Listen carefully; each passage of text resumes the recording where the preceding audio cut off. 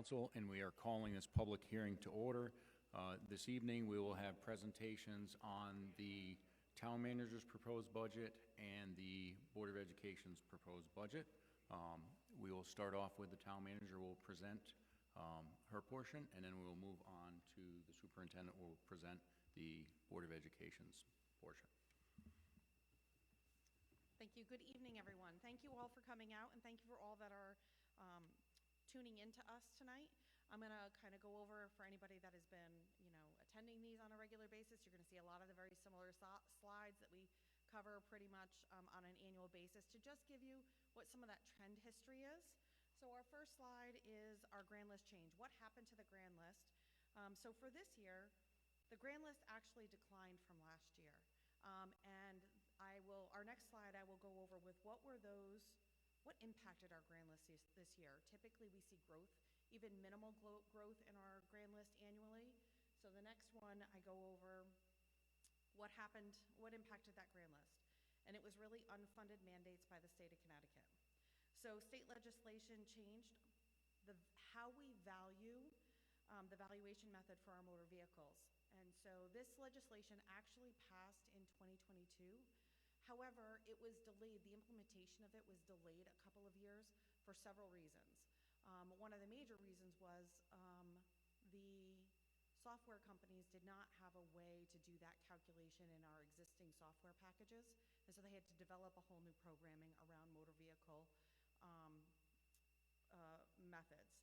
And what did they change? They changed, so as most of you know, the town, the towns all collect taxes based on an ad valorem tax, which means market value. Your properties, we just did revaluation last year. Properties were based on market value of their sale price. Motor vehicles have typically been historically been based on market value, like the Kelley Blue Book type of thing. It's not Kelley Blue Book, but it's a similar type thing, where they based it on market value. The state legislation that they changed that from the market value in the given year as of October 1st to a MSRP, manufacturer's retail suggested price, depreciation. So they go back now to the original. So if you have a 2010 vehicle, they're going to look back to what the MSRP was for that vehicle in 2010 and apply a steady scheduled depreciation on that vehicle over a 20-year period. That process became effective for the October 1st grand list. So that's impacting your upcoming budget. What did that do? It reduced the value of the grand list for motor vehicles by over 16%. It was a very large hit. Municipalities across the state are all dealing with this. All of the grand lists went down because of this. And I've been talking about this for more than 3 years now. By implementing this, I've been saying it for 3 years, they may have reduced your motor vehicles potentially. However, all they've done is shifted it to real estate. That's all they did. They shifted that burden onto property taxes, onto real estate taxes and onto commercial industrial. So that was a significant hit. The town council did adopt the legislators this year, receiving a lot of pushback from the municipalities, especially since, having just gone through revaluation. They allowed the towns to opt, instead of starting the MSRP depreciation in year one at 85% of the MSRP, they're allowed the towns to elect a local option that allowed that depreciation to start at 90%, so 5% difference, and the council did opt for that. So what's the impact on the grand list? This legislation alone would be an increase to the mill rate of 0.12, right? So right out of the gate, that's one piece. Another legislation that passed last year and became effective for this grand list is a new property tax exemption for qualifying veterans. That was a reduction in our grand list of just over $4.5 million, and that's a 0.04 mill rate change. So that exempted, some veterans are now qualifying for their property taxes to be completely exempted, and therefore that shifts over to the rest of the population. Can we flip? Okay, mill rate. This is giving you the historical view of the mill rates. In those orange years, just like in the grand list one, the orange years are the years that we had revaluation. So if you look back to that grand list page, the orange years that we saw the grand list go up, you see that mill rate fall and vice versa. But this is just to show you what the historical is. And the end here is in purple because that's the proposed. The next couple of pages, we're just going to go over in very high summary. So there's a lot of numbers on these pages, and I'm not going to read them all off. For those that are watching, this presentation is on our website. You can pull it up. This is also within the budget document. So please feel free to read through these higher levels. But to just cover a couple of components, town operations, this is just the core town services. That is an increase of just over $660,000 or 5.43%. And human services subsidies has an increase of $156,000, and that's just over 18%. Those I will go into more detail as to what's driving those numbers. The next piece, debt service, that is an impact for this year. So we are in the process of issuing notes for the short-term notes for the KMS and Westfield Avenue projects. We are nearing the completion of the KMS renovation project. We are a good chunk of the way through the Westfield Avenue project. So this is reimbursing us on a short-term note basis for those. Part of that was a strategy to not do formal borrowing in this year because that number would have doubled. Instead of $620,000, you would have also had a principal payment on top, which really would have driven an even higher burden on the tax rate. It also allows the town to get through some of those final closeouts of the KMS project, and then we only borrow what we need to borrow instead of projecting that we're going to have to borrow more than what we might need. So it gives time for that project closeout to occur. The capital, before I move on from general government, one of the other areas that is impactful to the grand list, to the mill rate, is with regards to the use of fund balance. So the current year, the town council utilized $700,000 of fund balance to lower the mill rate to offset operational expenses. Every year that there is fund balance utilization in the subsequent budget, one of our goals is to stop using that fund balance, right? Weaning yourself off of the use of your savings account, if you will, in order to be able to cover annual operation expenses. So the proposal that's before you brings down the utilization of that fund balance from $750,000 to $500,000. So it's a incremental step. So then as we're going through borrowing processes, the credit rating agencies can see that we have a plan to move off of that. When we go into the capital projects, the first part, the road renewal, we're maintaining very similar road renewal pavement management plan at $2.5 million.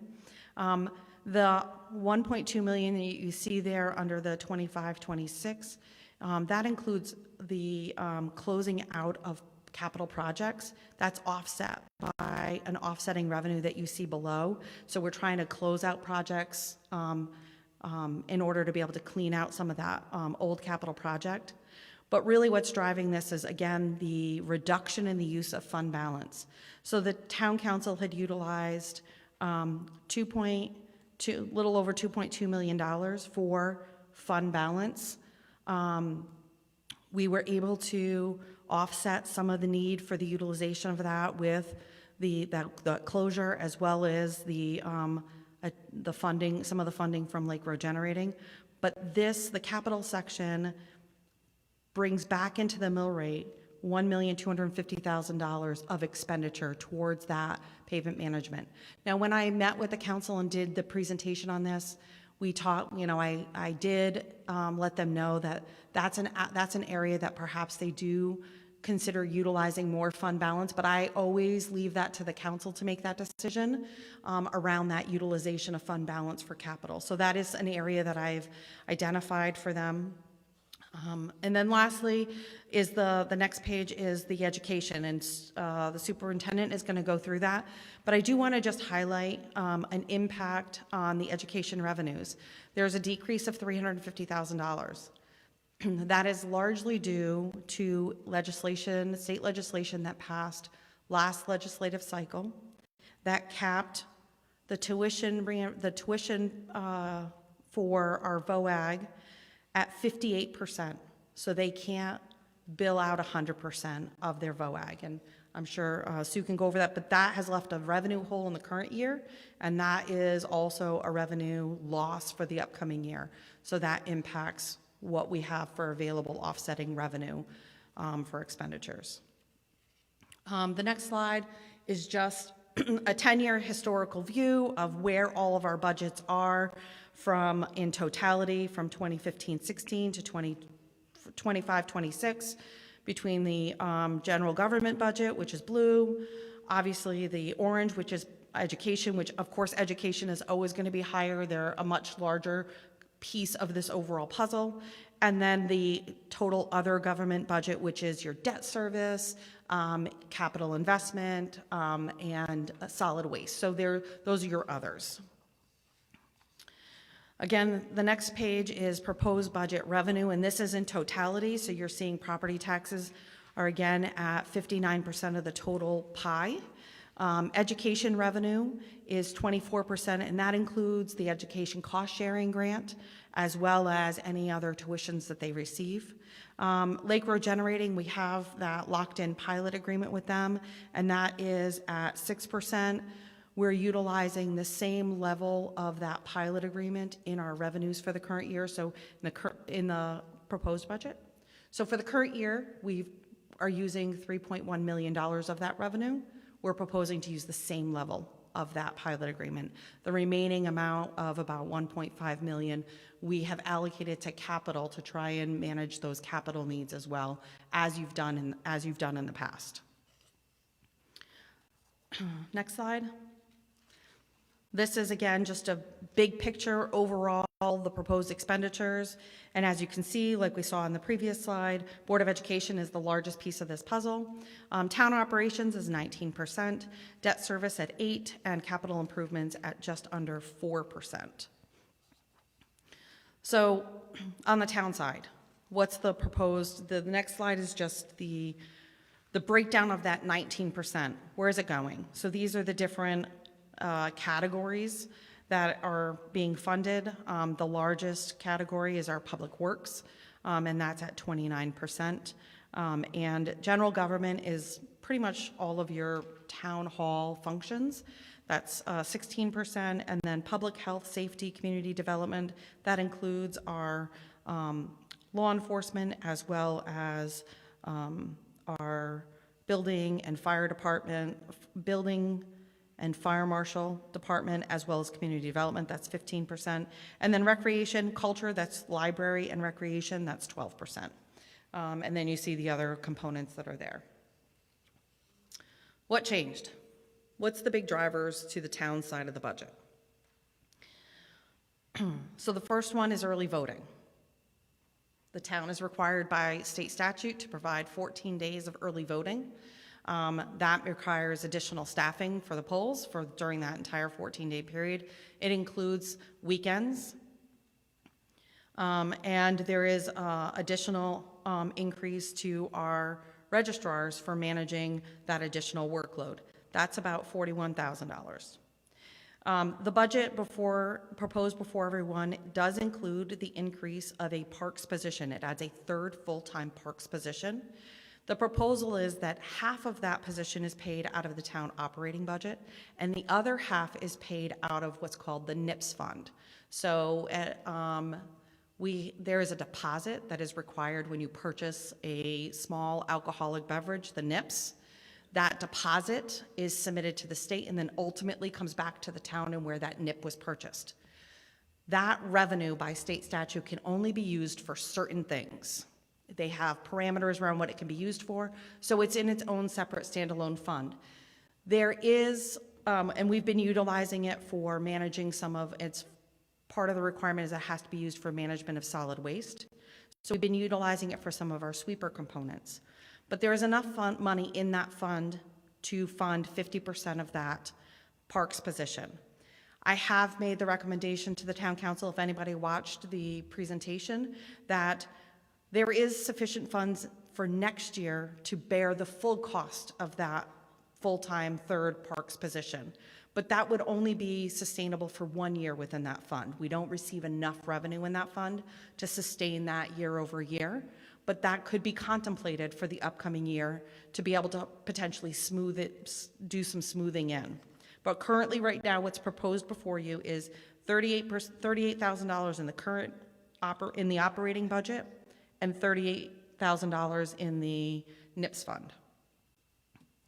A proposal that was put forward for the celebration, July 4th next year will be the 250th celebration of independence for the United States. And so there's a proposal to do expanded fireworks and expanded celebration programming for the red, white, and blue that year. So that is a standalone request at $25,000. The next one for SALT. In the current year budget, the town council made the decision, and they were utilizing a storm maintenance reserve to lower how much we were budgeting in our operating budget for SALT. The average utilization in an average winter for salt in the town is between 2,500 and 3,000 tons of salt. Our current operating budget is not, it only covers just a little over half of what an annual normal operating cost is for seasonal salting. So this budget before you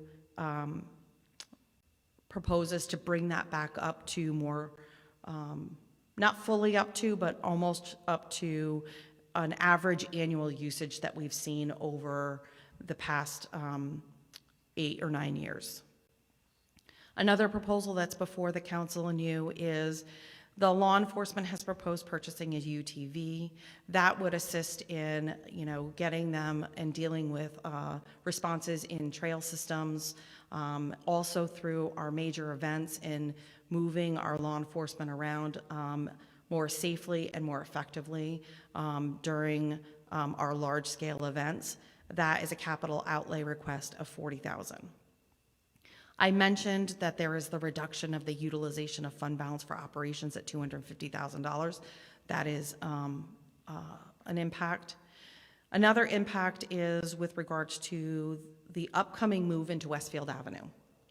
The community center, we're going to be completing that Westfield Avenue project, and when the community center moves over to the Westfield Avenue building, the building then becomes town-managed building. So we need to reflect the expenses on the town side for that building. That's just under $90,000. We're assuming about half a year of those costs being paid on the town side. Another area that has been proposed is restate the funding to the IT reserve. So information technology, we have a reserve fund, and that is to use to replace hardware, software, to do cybersecurity initiatives, and just harden our systems. In the current year, the town council had removed every year we've been funding $50,000 for, long before I got here in 2009. That was that was a standard expenditure. The reserve fund had accumulated some additional funds, and in order to provide some relief in the current fiscal year, they removed that $50,000 investment into that IT reserve. Based on the current reserve level and what we know for upcoming projects, my recommendation is to reinstate that $50,000. The other ones that we've talked about, debt service, is for the notes for the Westfield Avenue and the KMS project. And then obviously there's the reduction of use for the fund balance for capital. Some of the other driving costs that I don't have identified individually here that we're facing, and I know that the Board of Education is facing, is we're all facing increased utility costs. Our electric costs have gone up. We're looking at a 25% increase on our natural gas costs in the upcoming year. So those are all impactful in many of the departments across our budgets. And obviously, we've also been impacted with inflationary pressures. Our repair parts, as well as many of our other supplies, have had inflationary impacts. Next. Human Services Subsidy. So the Human Services Subsidy is largely outside, it is all outside agencies that are requesting funding from the town.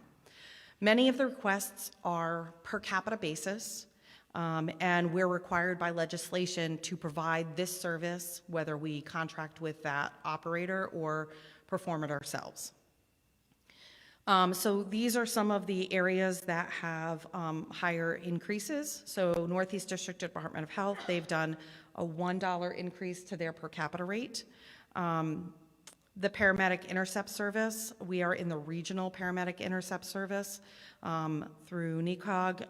KB Ambulance is our provider, and that service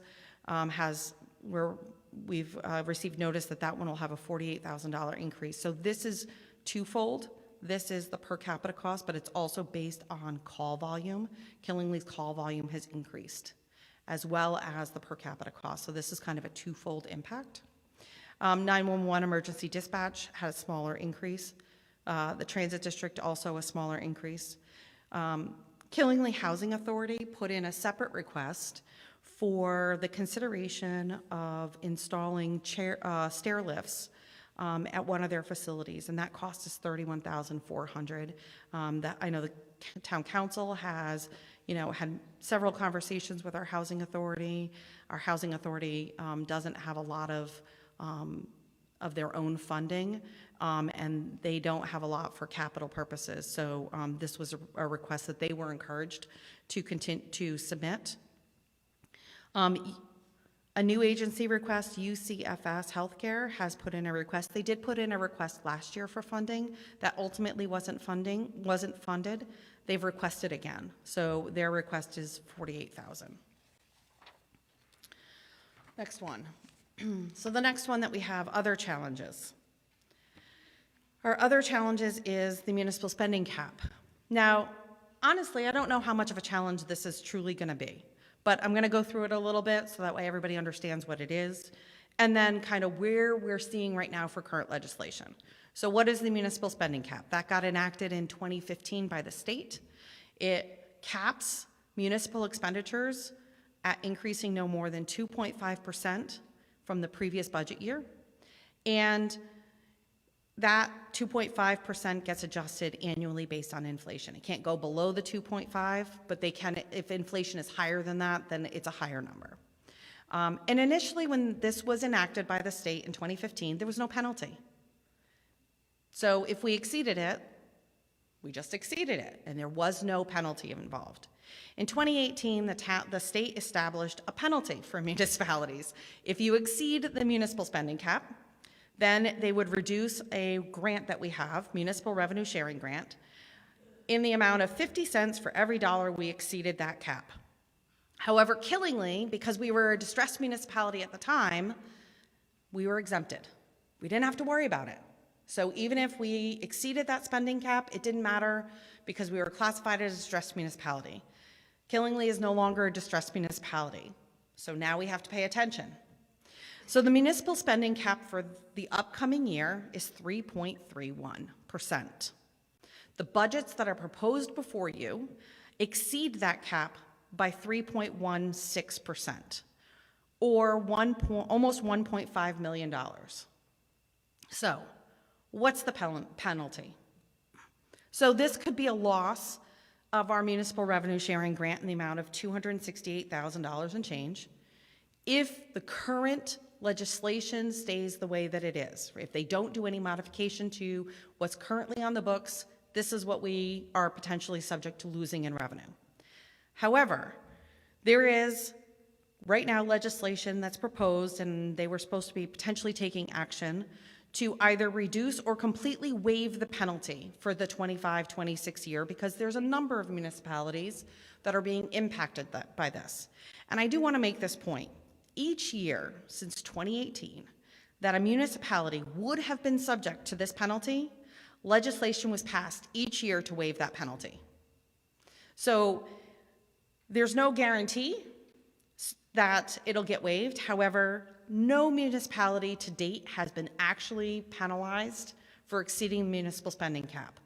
But it's important for the council and for the community to just know what this is, and that until they pass the legislation waiving it, there's an exposure, right? So I'm just kind of trying to explain that outside pressure.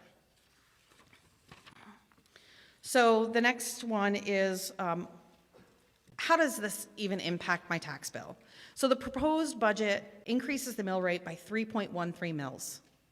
And here's some examples. These are actual properties that I pulled up on our GIS system to look at what the property value was, the assessed value, their current taxes, and then calculated the difference. So for a market rate house that's around $103,000, the annual tax difference to them would be about $227, or about $19 a month.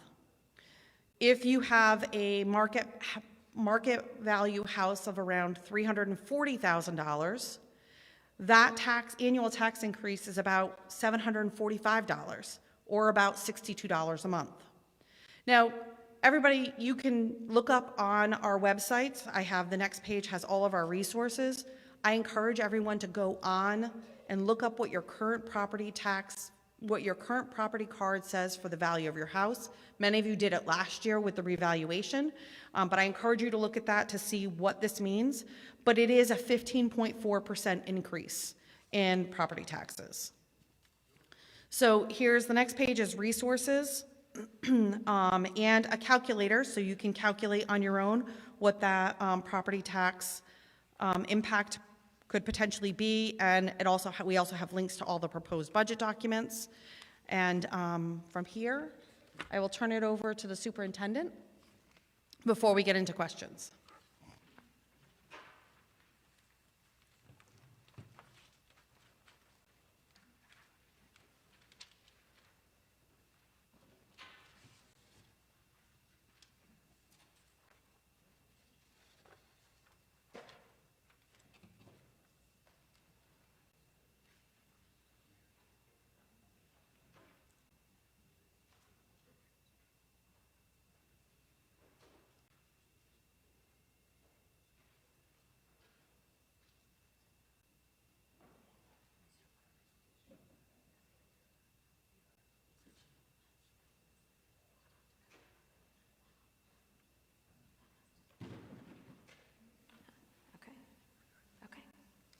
No, I want to do it myself. All right, I'm good.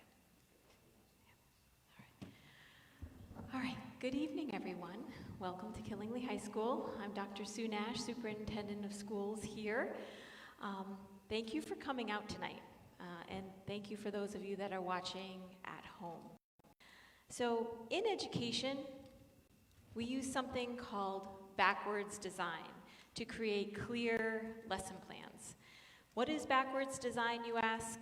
It simply means a teacher starts with the outcome she wants her students to achieve at the end of the lesson, and then works backwards to create the delivery of the material.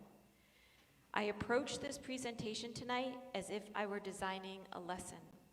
Thus, I will show you the end first, and then work backwards from there. Here is the outcome at the end of the lesson. The 25-26 Board of Education budget. After initial rounds of superintendent reductions, I presented a $49,738,817 budget to the Board of Education that was adopted by the Board of Education last month.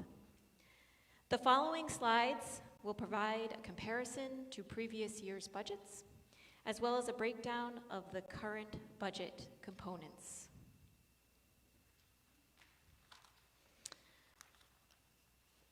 This is how the 25-26 budget compares to the 24-25 school year budget. Last year, we started with a $48,212,561 budget. We were reduced by the town council once after this meeting last year and once more after a failed referendum. Our total reduction was $828,722. This year, the Board of Education has an increase of $2.3 million, which results in a $1.3 mil increase. The 25-26 school year budget can be broken down into specific budget lines. Starting at the top, one of our largest increases on these lines is in salaries. That is the case in every district. For perspective, we have roughly 560 staff that are employed by the Killingly Public Schools. We are one of the largest employers in the community behind Frito-Lay. In the next line, you will see the increase in benefits, followed by the 300 line called Professional Technical Services, where there is also a large increase. This large increase is connected to the large decrease in the 500 line, which is called Other Purchase Services. This year, we reduced special education tuition, which is most of what the 500 line is made up of, because we are opening a therapeutic academy. This is an attempt to bring back students who are currently in out-of-district placements, and that is why there is a large decrease in that line. However, we are opening this therapeutic academy, we are contracting with an agency to provide specific staff, marketing, planning, etc. And so we have had to add to our 300 line where those kinds of services live.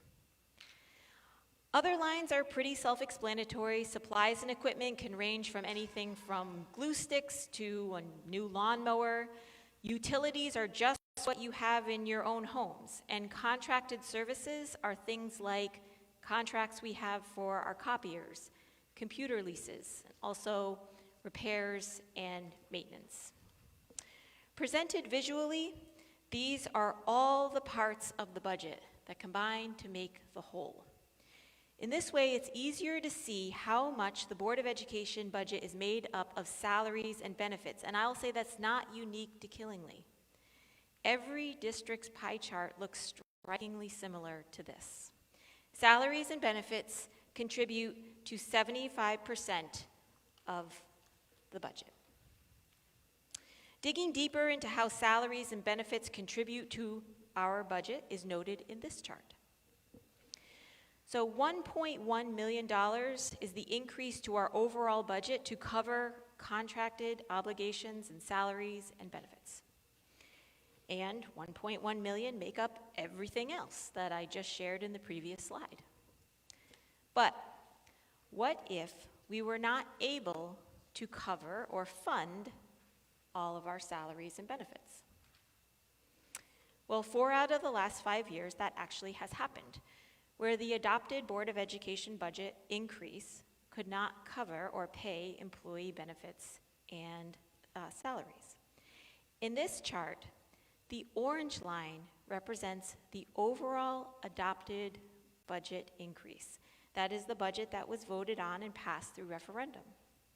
The blue line represents the increase on the salary line in the budget for that particular year.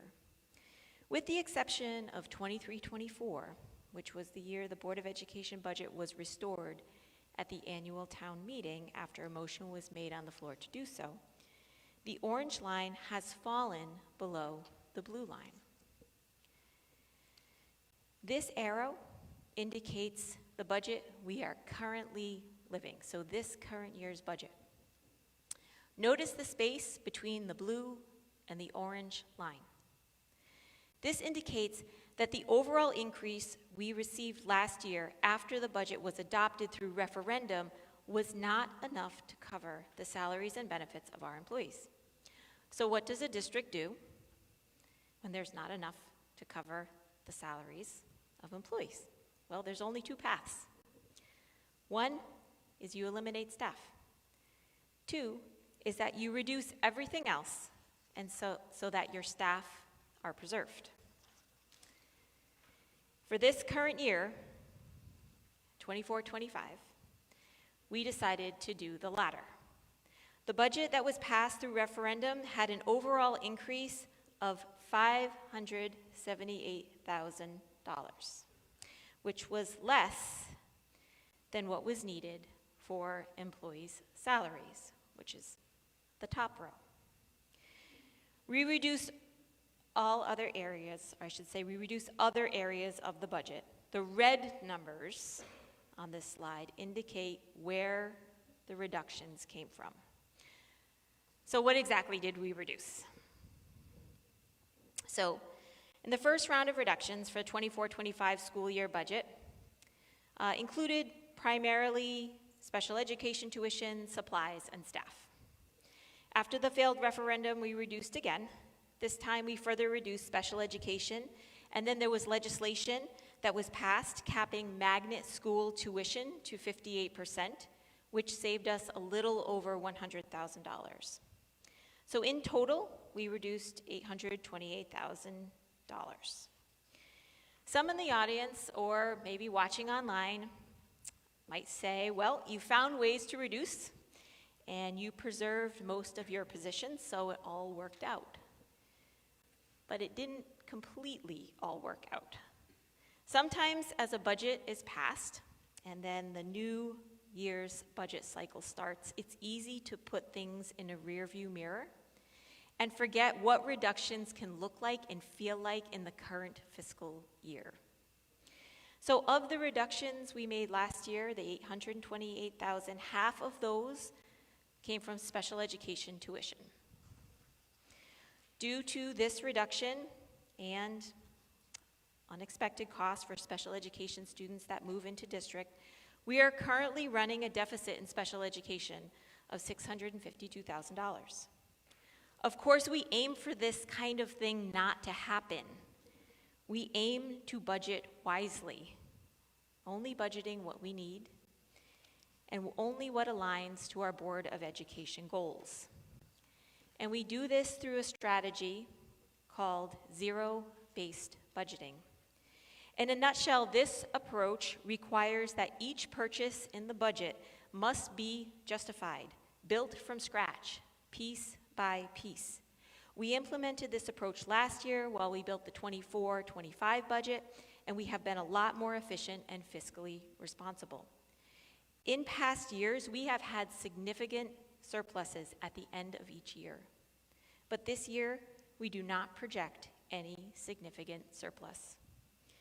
Again, last year and this year, we utilized zero-based budgeting as opposed to traditional budgeting. And while zero-based budgeting can be tremendously time-consuming, when dealing with a budget that is funded through taxpayer dollars, zero-based budgeting is much more transparent. And as I mentioned, zero-based budgeting requires justification for all purchases.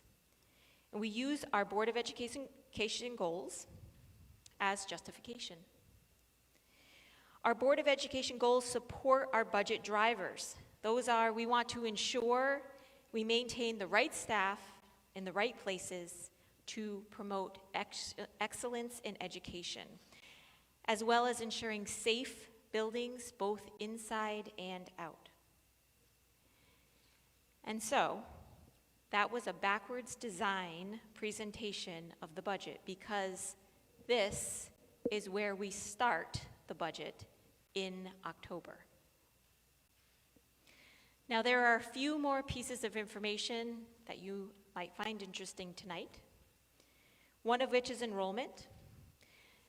The NSDAQ reports 10 years out, as well as captures 10 years of historical data. It does not include pre-K, so just keep that in mind. You have to add about 100 students to this chart. When looking out even 5 years, there's no significant change. When in a district of 2,400 students, a swing of 200 students across the district is not considered a big shift. We have classes that are by nature bigger and smaller that move through all the time. For instance, we have a particularly large 11th grade class.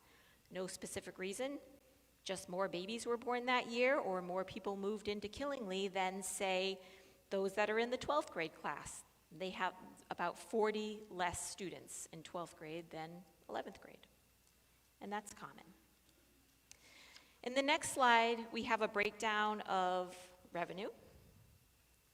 So the Board of Education also brings in revenue that offsets their budget on the town side. This is what the revenue for the 24-25 year looked like and what the projected revenue for 25-26 looks like. These are conservative numbers, and they'll most likely change. We recently entered into an agreement with Sterling Public Schools, and Killingly High School is now a school of choice for Sterling students, so we expect that the tuition revenue will increase. So let's review these lines. The first is debt from capital projects. This is a tuition fee that is added on to Pomfret and Brooklyn student tuition. Next is the education cost sharing grant. That's funding that we receive from the state. And that has remained pretty steady for several years. We expect it to be about the same this year. We also receive money in the form of the grant for our ag science program. And then we have tuition. So we have regular ed tuition and we have special education tuition. And then you'll see a line that has a decline in revenue, it's $410,000. And that is the legislation that the town manager spoke of. That's that 58% cap on tuition for magnet schools. That includes ag ed programs, like the one we have here at Killingly High School. So if you recall, that legislation actually saved us money earlier on in the presentation, but it does impact negatively the revenue. Lastly, there's a small amount of money allocated for the St. James Nurse. So in total, the revenue is decreased, but mainly because of that legislation around the tuition cap.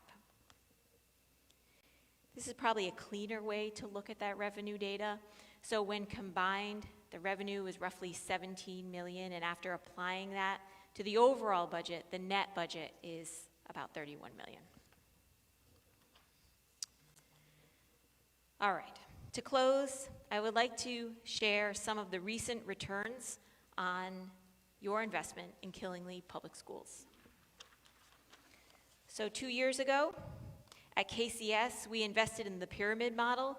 This is a model for social and behavioral support in classrooms. Not only did we invest in professional development, but also a pyramid coach. And just look at the decline in office referrals in students after implementation of that program.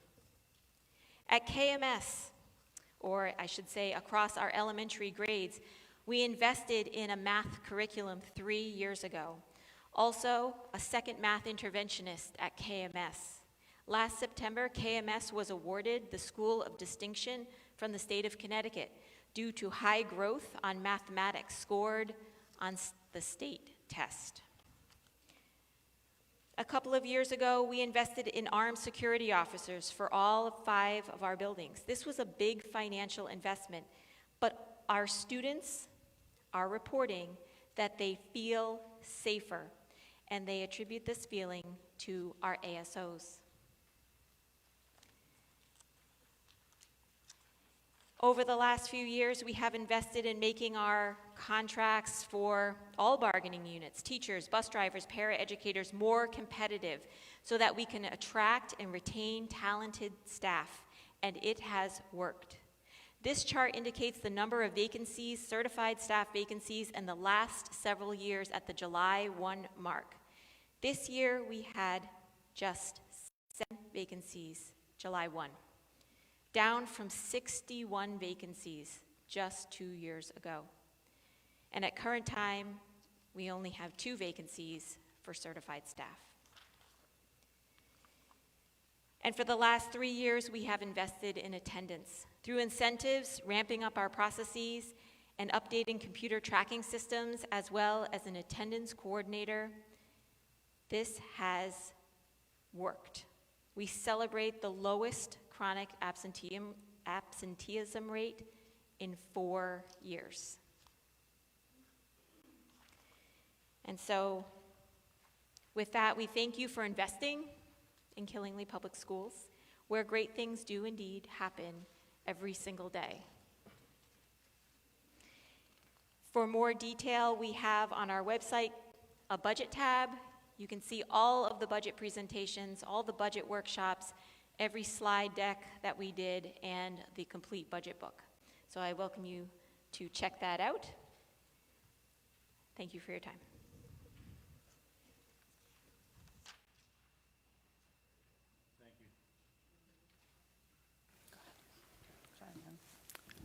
Thank you. At this time, we'll open up for questions, comments. Anyone who would like to present any questions or has any comments regarding these two?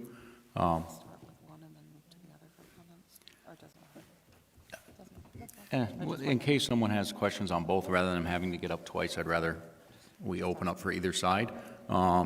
So whether you have questions regarding the Board of Education side or the town government side, just ask you to state your name and address for the record, and the floor is yours. Okay. All right, this is for a little bit of both, because you're both associated between the education of our children and the operation of our town. My name's Timothy Pratt, 1250 North Road. So if it's anybody going to do a drive-by, don't hit my neighbors. That's where I reside. I find this a little bit, so I've been here since '87, and I remember at least 3 or 4 years where we had no budget increase. In the last number of years, we've had a budget increase since almost as long as I can remember. And the only person in this room would probably really remember those flat budget years where we had the same budget would probably be Ed Grandelsky, because he's been here forever. But I find it kind of absurd, very well presented by the school board. She did a great job, but I don't think it's very truthful. I mean, I'm all for better education, but this town has one real good ability, and that is spending money. And if you want to keep the people living here who do pay the bills, like myself, which is looking at about $800 to $900 increase for this 3.3 mil increase, which is about 15%. I mean, you're making it tougher for me, and then it comes around next year. And that's really unfortunate, really tough, and you're kind of killing the people that do most of the paying, and it's sad. And that's about all I have to say. And I'm sure there are a few people here that have something else to say, but thank you for your time. Thank you. Hello. My name is Alina Vandenberg. I live on 136 Thompson Pike in Dayville. And first of all, thank you for a great presentation. I do have a couple of questions. When you talked about that penalty, the municipal revenue sharing grant, whoopsie, turn that thing off. That $268,000, is that like built into the budget? Is it going to be an extra? How does that work? Yeah, so that is actually a good question. That is built in as a revenue to this budget. So if we don't receive it, it would be a loss of revenue. Okay. And then for the Board of Education, I've had 5 children that graduated from Killingly, and I love Killingly. We've lived here since 1977. I was born here. But anyway, I have to ask a question about this opening of the Therapeutic Academy for students in out-of-district. They're receiving services in out-of-district, but there are students, and you want to bring them back, and you're going to have a special academy for them that will take care of their mental health issues, all that. Can you explain that a little bit more to me, please? Is this on? Can you hear me? Okay. I can hear you. The Therapeutic Academy will be on the second floor of the old high school, so Westfield Ave site. It will have a therapeutic component to it as well as an academic component to it. So we'll have teachers, special education teachers, we'll have board-certified behavior analysts and clinicians, and it will service students in grades 5 through 12, probably about 20 students to start. And these are students that are indeed Killingly students that are now receiving their school out of district, and we are paying tuition for that service. Yep. So by bringing that in-house, A, it is a financial help, but B, we are bringing our students back into their home district so they are not disconnected from Killingly Public Schools. Question, if a child can't be living at home, does that include them? Are you going to put them back in their home, even though they're not supposed to be in their home? Sorry, I couldn't quite hear what you said. Back in their For home? students that can't live at home, what do you do with those students? So you mean if they're living in like a foster? They're living, not in foster care, they're living at the other school that they're going to. Oh, residential? Yes. Yeah, so this would not be for all of our students that receive services outside of our district. There are certain students that have specific needs that require a specific site. So we have identified the students that would be a good match for the Therapeutic Academy. Okay, that's great. I'm all for that. And I do want to put in my good word for the library. I'm in the Friends of the Killingly Public Library, and it's an amazing place, and I sure hope that you keep the budget where it is for them, because we need the library.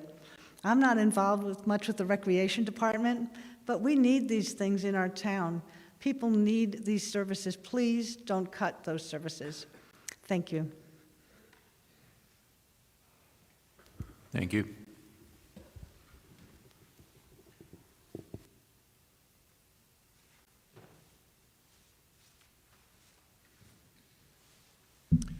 Good evening, Dave Canoyer, 21 Mountain View Landing in Killingly. There's a lot of issues with this budget that affects our senior citizens. 15% increase on their real estate, especially people living on fixed income, would kind of put them over the edge. So it becomes a choice of medications, groceries, or pay your taxes. I don't say it's a lack of care, but no one's speaking for us. I'm 82 years old. There's a lot of people in here that are considered senior citizens. A 15% increase, my God, it just puts us over the edge. I think there's a lot of fat in this budget on both the Board of Ed side and on the Killingly side, the town side.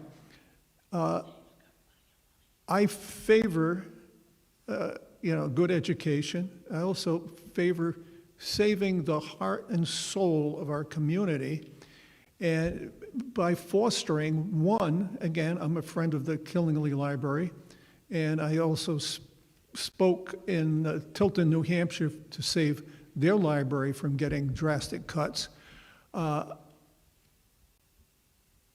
support the library. I support the recreation department. The rec department is on the verge of moving to Westfield. When that happens, they will be opening up a revenue stream with the use of that auditorium. The little theater that's on Broad Street now can expand. I think we could rival the Bradley. If you haven't been to see The Wizard of Oz, go see it. It's an experience. That's the heart and soul of the community that I'm talking about. If you take cuts against those two groups, then you're starting to nibble at the heart of the community and why do we even exist. We're revitalizing downtown Danielson. That's improving. Congratulations to the people that's involved in that. But we're also missing out on other things. Recently was made aware of a grant available through the state of Connecticut for historical cemeteries. The grant was given to 37 towns, $8,000 per town, to maintain and improve historical cemeteries. A mild profanity. Where the hell were we? Where was Killingly? On that note, I'll just say that the rumor on the street is that this budget doesn't stand a snowball in hell of passing on the first round, and I definitely do not support it in its entirety, and I think we can look pretty deeply and cut the things that need to be cut and let's not destroy the heart and soul of the community. Thank you. Thank you.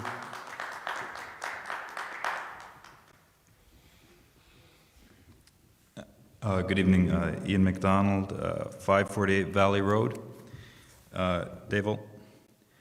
Yeah, I'd echo, it's interesting with the theater. I do think that Mr. Canoia was talking about, that is an opportunity. I know that Bradley just had they have a somewhat larger theater. They just had a program with 4 shows that were totally sold out. We're moving to a much bigger theater, and there could be some revenue gains with that, and so that's an opportunity. And I do see some of the things that have happened with Main Street as a positive, and I think we need to keep supporting that, because I think we've made some positive progress there, and particularly with the situation with the sewer plant and not being able to necessarily accept as many new businesses coming in. I think that's a really important area of focus. But that's kind of off the mark a little bit here. So just a couple questions. And some of this I'm just curious about, so I apologize. But the pilot grant duration with Lake Road Generating, how long is that agreement for? The pilot agreement that the town has with Lake Road Generating was for 6 years, and we're currently in our 3rd year of the 6 years. 25-26 budget is the 3rd year. Yes. Okay, thank you. And then you talked about the penalty with the coming off the distressed municipality position. I know there's sort of a period of waiting till September for, in certain regards. How does that, would or wouldn't that affect potential penalty and the assessment on that? Yeah, that's a great question. So for those, what he's speaking about is when we came off the list of distressed municipality, the town was still able to kind of claim that status for 5 years. That ability to claim that status expires in September of 2026. The eligibility for that grant of the MSRP, the municipal revenue sharing, that is October 1, so we would be past that. We would not be considered distressed, and we would be subject to the penalty. But it would be for just those last few months, or for I'm sorry? It would just be for the last, or it would be for the entirety of the year? It's the entire year. Oh, okay. And kind of on a similar note, I know we've had I don't know if it's formally considered proposal at this point, but in terms of the battery storage facility and the data center, I know, certain towns are eligible for a community benefits agreement, and again, we have that period until September. Do we know for sure that We we do would not. not be? We don't have any proposals from the batteries. Because it's not far enough along, is the idea of that. Okay, thank you. Just, and then in terms of, last question I think on the town side, in terms of the sewer plant,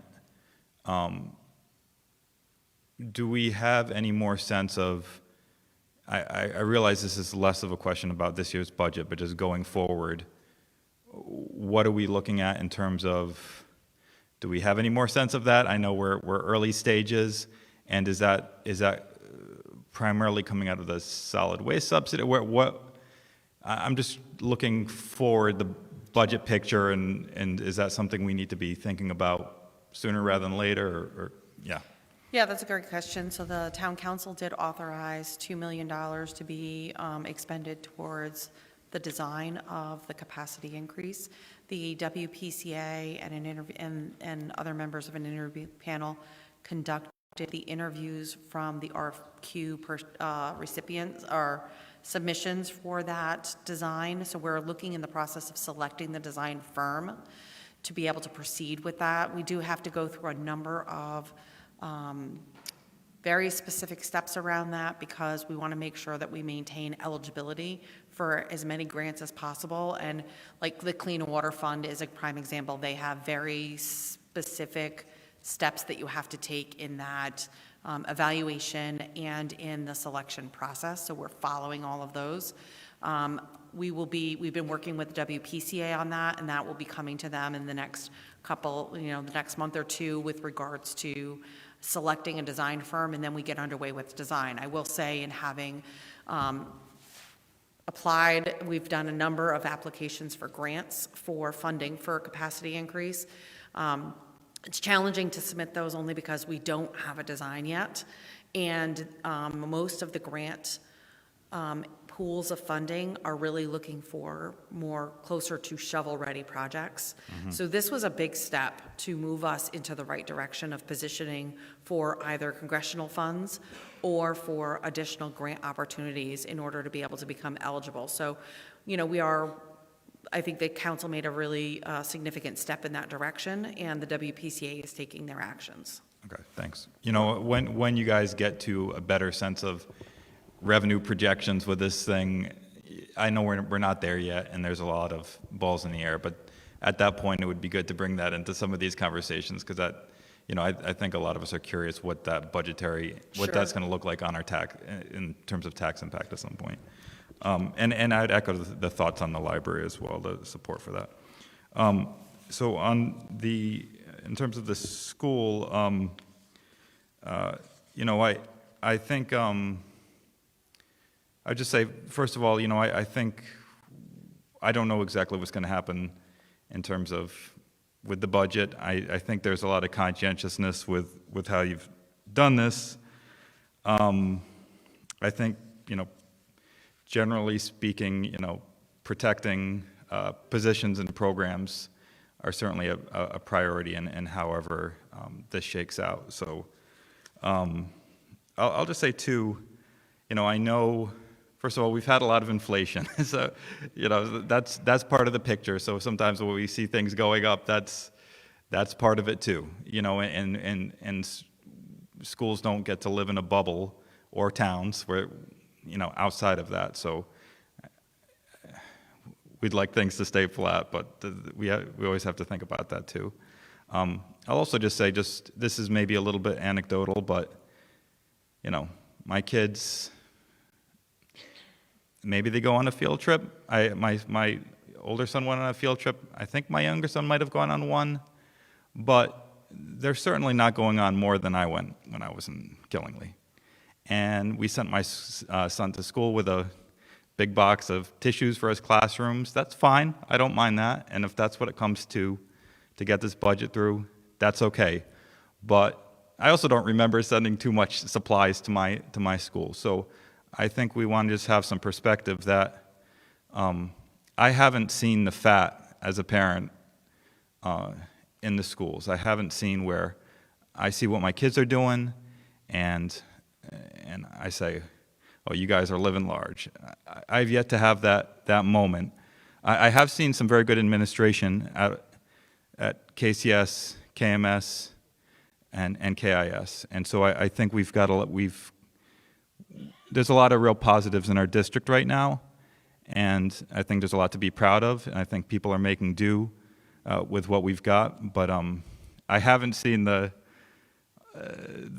fat as much as it might seem. I know these are big numbers, and I know we're getting killed with maybe some of the things we're talking about with the vehicle that's affecting things, and there's other factors here too that are hitting us, but yeah, I'll leave it at that. Thank you. Thank you.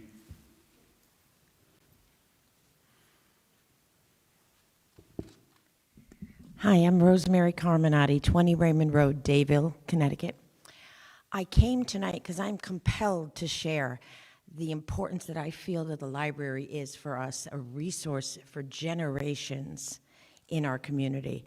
I've been a resident of Killingly since 1988, so I raised my children in that library and in all of the community activities. As a matter of fact, the old library, we go way back, the A&P building and the library and so on.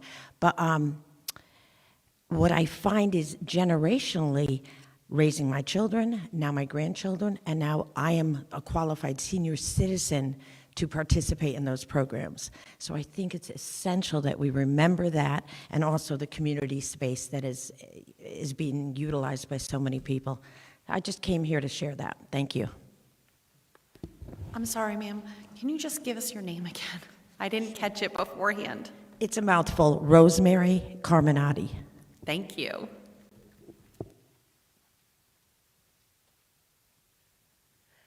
Valerie Ward, 136 Cutler Road. My question is for the superintendent. The program that is going to be coming up in the second floor at Westfield, that is replacing what is now run by Nikon? It's actually. East Con, I mean? Yep, East Con is moving Leaving. out. Yeah. And so that space is now vacant, and that's where we are starting the program, correct? So will you be servicing the same students that East Con was? Many of the same students, yes. And those that can't be serviced will be sent out of the district? Yes. Okay. So that's the increase, because we are starting, and we have to fund our own instructors for that and personnel for that program. Right, so we're using an agency called Effective School Solutions, who they are experts in starting a therapeutic program. They offer the clinical staff, the behavioral staff, the planning, the outreach, the marketing, all of that. So we want the program to be successful, and so we need a partner that has the expertise and the specialized staff to do that. So that's where you see a decrease in our line that has tuition in it, because we are bringing many of our students back that are currently out of district that we're paying tuition for. So, but the agency costs money, that's staffing, right? Exactly what you said. So that's where it is really kind of a budget neutral move, but it's moving one line to another, basically. Will we be accepting out of town? Yeah, great question. We are going to, we have an open house coming up later in the month. We have reached out to all of the districts in our county and even beyond, also across state lines in Rhode Island. And we have students or special ed directors, superintendents that are interested in sending their students to our program. We, of course, will service our Killingly students first, but we will have some remaining seats, and we will be collecting tuition. Do you have an estimate on what that population is going to be for our in school? Say it one more time, I'm sorry. The population of that program, as far as students. So a number is about 20 to 25 to start, grades 5 through 12. And then we are looking to expand to lower grades after year 1. Oh, okay. That answers my questions. But my second question comes to thank Mr. Knoyer for bringing up about the Wizard of Oz that we at Recreation are putting on. And we do compete with the Bradley. We are as good, if not better. And this weekend is the last weekend for you to see an incredible production. We had 160 students from the Killingly school system come today, view the project, plus another 40 from Brooklyn. Brooklyn students came and viewed the production today as a service to our community. And you're missing a lot if you're not coming to see it. Thank you. I think that's probably my cue to get up and speak. My name is Kelly McClellan. I live at 15 School Street, Danielson. And when I get up here, I always am nervous, but I'm happy to get up here and proud to do that because, of course, I support the Park and Rec Department. My husband and I lead that drum circle that has been going for about 3 years.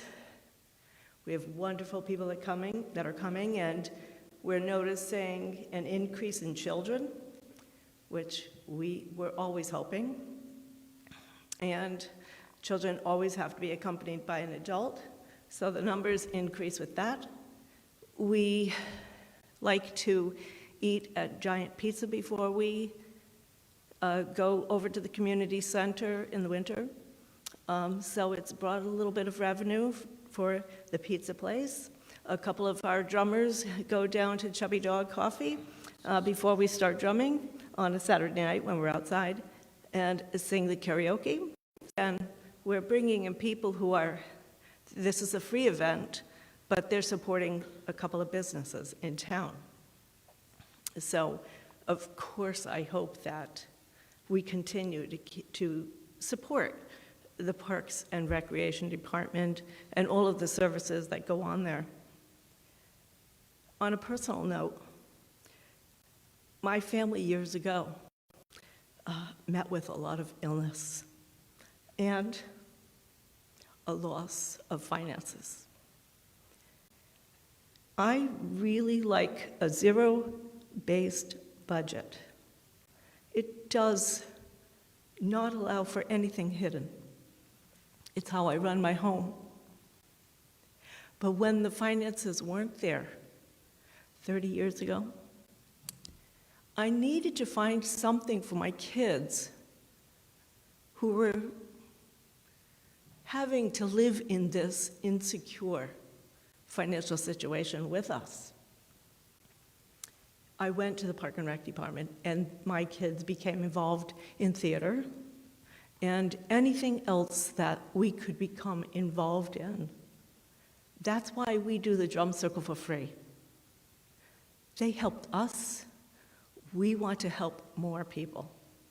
It's scratching backs, it's supporting someone, giving a hand up, not a handout, and believing in their ability to grow and to become and to be successful. And if we want to talk about successful, really do have to see The Wizard of Oz, because if you ever go to New York City and watch the shows on Broadway, you're looking at a very close comparison in Killingly. There's no doubt in my mind, I've been. What New York City has is a lot more money for stage presence. What they're doing technically up on the stage, obviously they have a bigger budget. But as far as talent and strength and support on what this actually takes to build a show is absolutely incredible.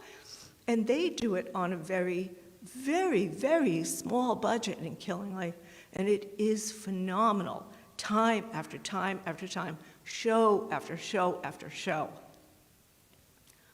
It's brilliant. So I don't have much more than that to say, but we certainly want to keep Park and Rec Department alive and well. Thank you. Thank you.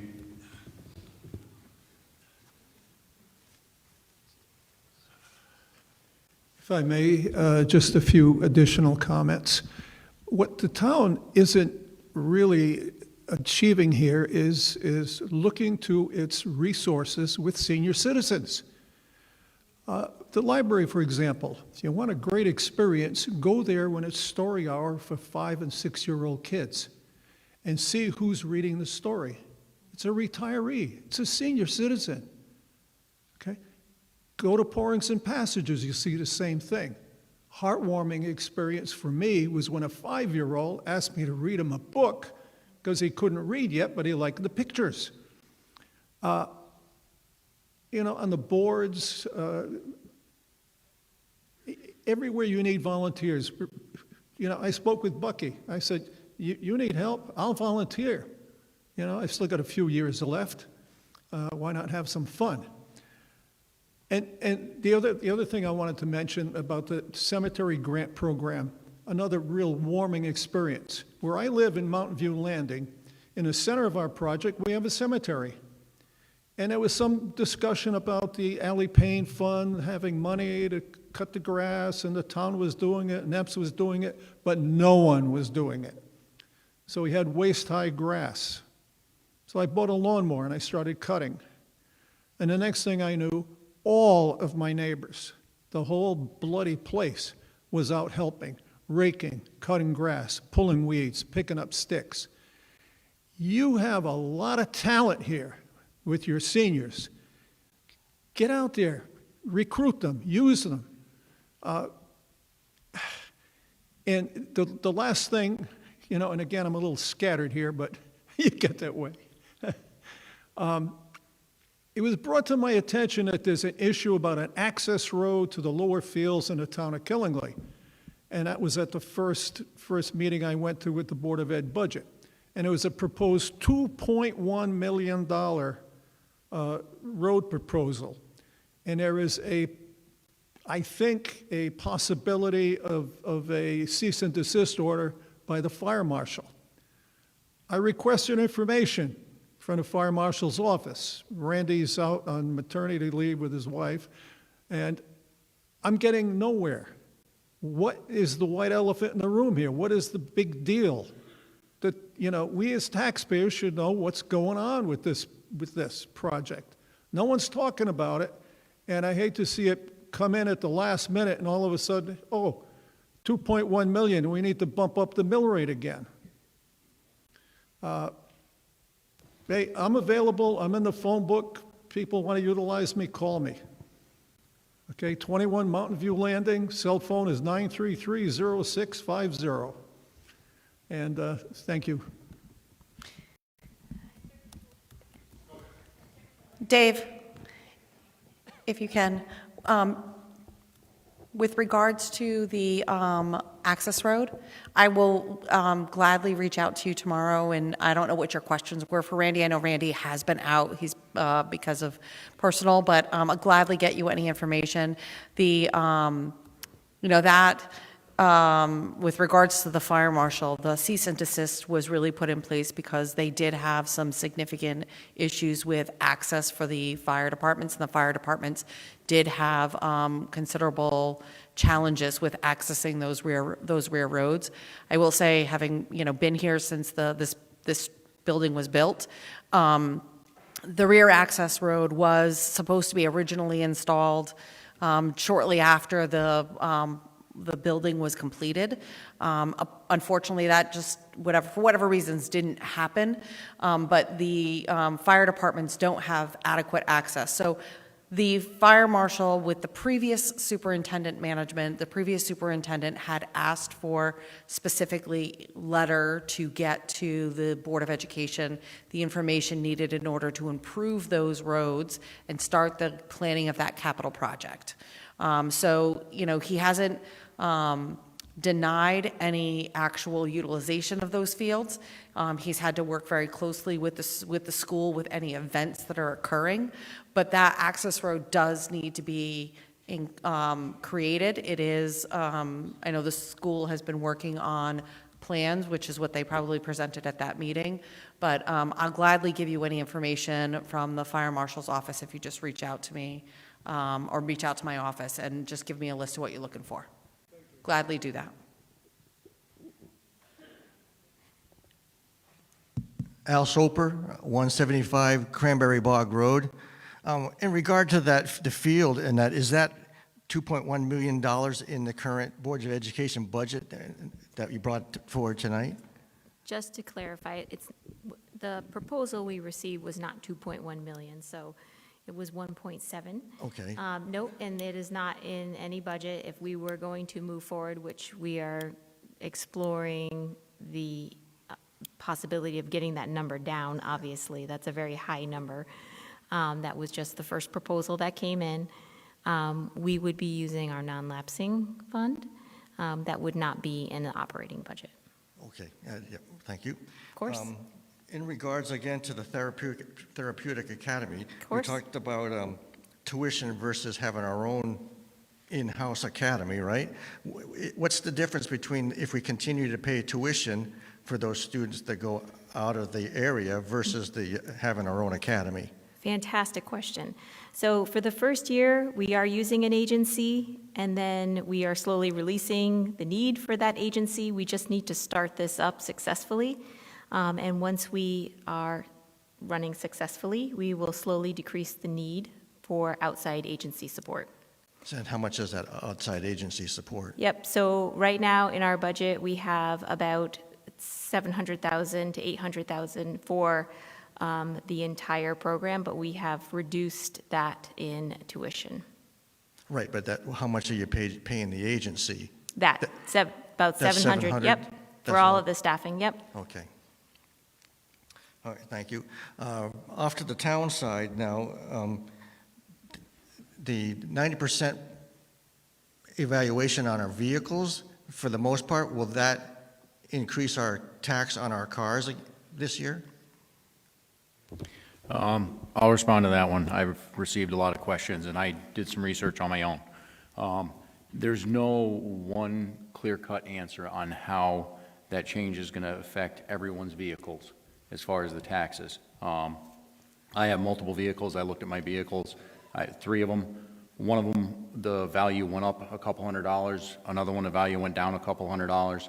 And the third one, which I had purchased recently, based off what the state said it was worth when I paid my property taxes, the sales tax at DMV when I registered it, it was valued at $11,600, which would be what I would be taxed on the previous way that vehicles were taxed. I did some research. I looked on Edmunds.com. It's a website where I looked up the MSRP of the vehicle when it was new. I applied the depreciation schedule. The value of that vehicle is $20,800 now. So almost twice what it had been previously. So there's no one clear-cut answer on how each person's property tax on their vehicles is going to be impacted. Some people will go up, some people will go down, some will stay flat. My recommendation would be, if you have questions, try and do some research to find out what the MSRP on your own vehicle is. I'm going to work with the town manager and see if there's a way that we can find a resource to have on the town's website, so that way residents can look to see how much is impacting you individually, rather than how much is impacting the town overall. Okay, yeah, I was going to ask if there was such a place that we could go look that up, but, right? We're working on that. Yeah, we're working on that. Like I said, when I looked up my own vehicle, I use Edmunds.com. You can put in your information of your vehicle. It actually gets down to year, make, model, and also, like mine's a 2013 Tahoe, but it's an LTZ. So your different option codes, whether it's an LTZ, a base, whatever model it is, you can zero it down to that. And it did have different MSRPs for each of them. The only thing I haven't had a chance to do is compare that to whatever system the state is saying to use for MSRP to see how accurate Edmunds is, but that's what I had used, and based off my knowledge of what they were back when they were new, that one was pretty accurate. All right. Thank you.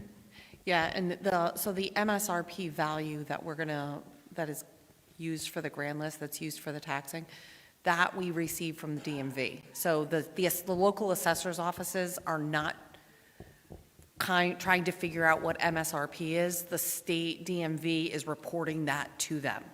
And so I know in the past for motor vehicles, people were able to appeal their motor vehicle value based, and so there was a lot of different factors, condition, high mileage, all those things may potentially decrease the market value of a motor vehicle. With this change that the state has done, the only thing to appeal, the only avenue for appeal is if you are appealing what they've applied for the MSRP, and that's it. So it doesn't matter if it has high mileage, it doesn't matter if it's a rust bucket, it doesn't matter if it's, a gleaming, antique car, it doesn't matter. All that matters is what that MSRP is, and that's the only appealable component.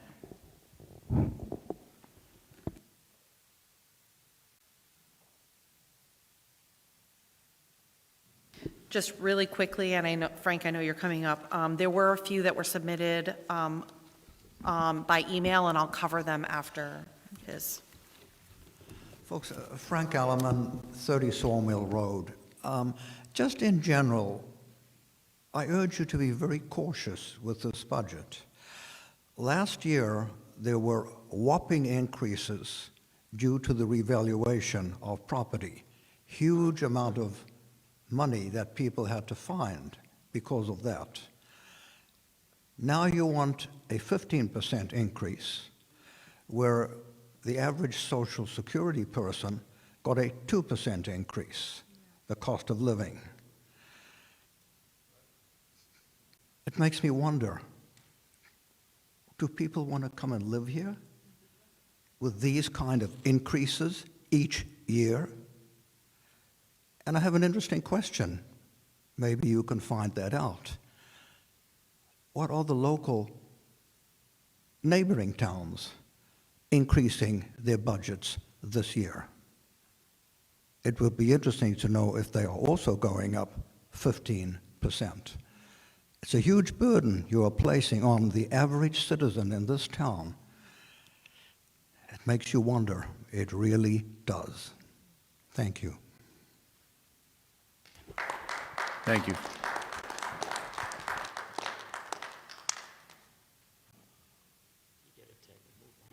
Hello, my name is Jeff Griffiths, 36 Demers Road. I just want to say on behalf of the Killingly Library, that is an amazing place. They do so much for the community, and the staff there is absolutely amazing. And as far as what David addressed about historic cemeteries, they do need to be maintained. There's trees that are reseeding and pushing stones over, and there is federal grant money out there that is available, and Killingly should look into getting some of that. Thank you. Thank you. So if I can, I do want to just acknowledge the individuals that have submitted by email, so that way you know that we did receive them. Mr. Jeffrey Griffiths, we did receive yours via email as well in supporting the library. The next one we received was Diane Tryon, and she also submitted public comment. She's 32 Wells Street in Danielson, and she supports the library funding as well, maintaining the library funding. The next one is Allison Churchill, 26 Laurel Drive, submitted comments supporting the library funding. The next one is Mary McMahon Chapel, and she provided comments supporting the library funding as well. The next one is Sarah Normandy. She's a Killingly resident, and she has submitted comments supporting the public library funding. The next one is Elisa Lockhart Raposo, 30 Stevens Street in Danielson, supports the library funding. Roselle Terry, 30 Stevens Street, supports funding the library, maintaining the funding.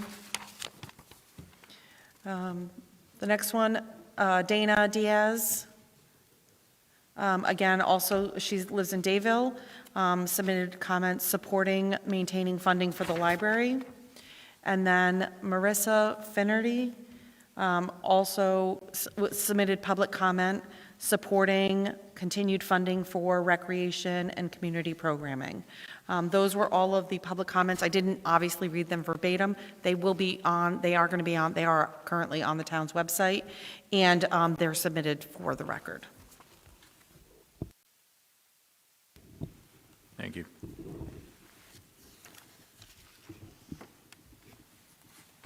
Mr. Chair?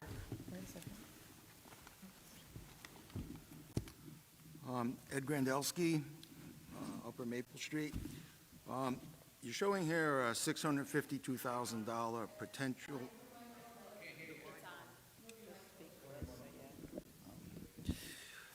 You're showing a deficit of the special education of $652,000. If that should continue to the end of the year, where is that going to come from? So we have done projections on the other lines in the budget, and where there is surplus, we should be able to cover that. If not, we always have our non-lapsing account, but we should be able to cover with the surplus from other lines. Projection, I think I shared that with the town council. Right now, the last projection was at the end of the year about $250,000. So it's interesting, you say we're going to use the non-lapsing account, and then people are talking about the access road. That's going to use the non-lapsing account. You can only have a maximum of $2 million in the non-lapsing account, I don't know how long you can hold it. Like, if we're going to build this access road, is that 1.6 or 1.7 million, is that committed to that access road at this point in time? And we have not committed to that, no. And then with that kind of an expense, I don't know if this is something for Mary, but shouldn't this go through the Permanent Building Commission, that they should be on board with design of infrastructure to that degree? Ed, I'm sorry, say that again. I was being asked another question. With this proposed $1.6, $1.7 million access road, Yeah. should that go through the Permanent Building Commission? So the town council is required to assign projects to the Permanent Building Commission. And so if that's a project that is expended from the Board of Education's non-lapsing or other funds, that would not be a permanent building project. Okay. Because there seems to be, again, the tidbits of information that I'm getting with respect to this. I guess way back when the school was, there was a proposal to put that access road down along the AT&T line and the sewer line. I'm seeing a drawing the other day at the proposal that we got from the Board of Education. Now it's I don't know, it's a massive steep slope going down. It's completely in another direction. And we're recreating the wheel. No one knows what happened prior to. And I think we got to look at, everybody's got to get together. It seems like I kind of heard rumblings of this thing, but until now, it's a little more definite. But additional information that I found, we actually got, when they were building this building, the then town manager acquired an easement through other people's property to access the lower fields. I don't know. I'm just going to throw that out there. There's no consistency. It seems like a lot of, there's a lot of effort put into this. And, I mean, this is a hunk of change. And I think it's got to be looked at very seriously. And then again, I look at this $652,000 issue with special education. If you're going to say we're going to use non-lapsing account, should other avenues in the budget not work, how is that going to affect the $1.6 million for the access road? I'm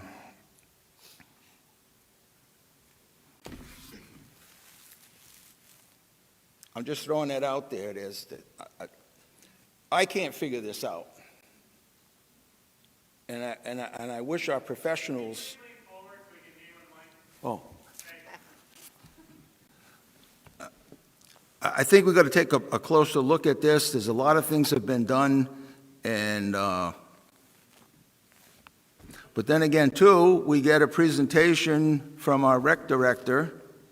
I hear from our people at Owen Bell. We are using Owen Bell fields for competition because we can't get access to the fields in this facility because of lack of the safety access road. I think we're getting the short end of the stick.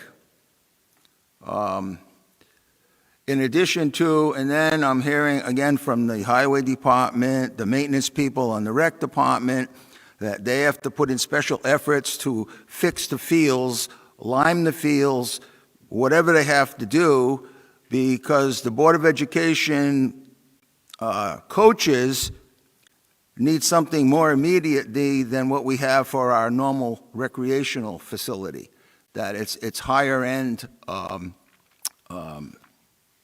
attention. Well, we have fields here we're not using to their maximum ability.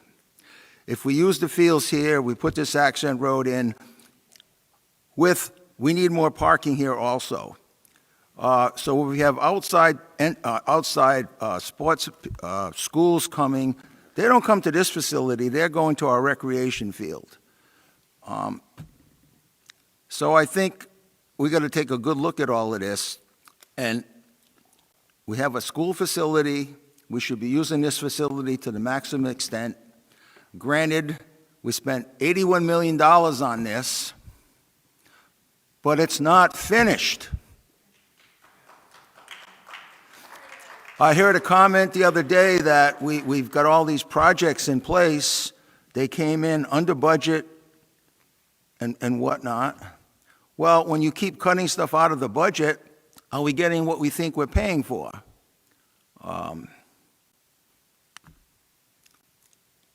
I'm frustrated, and I don't know what else to say. But we got to start moving on these things. And maybe it took the fire marshal something to put his cease and desist order out. If that wasn't there, nothing would be happening. And, you know, when I'm out and about and people start asking me questions about this stuff, and it's like, you know, it's sprung on me, I would think that some of this would be taken into account. And then on top of all this, I mean, Board of Education, our audit's not done. So how can you put money into a non-lapsing account? We don't know what's going on. The audit was due December. We still haven't seen it yet.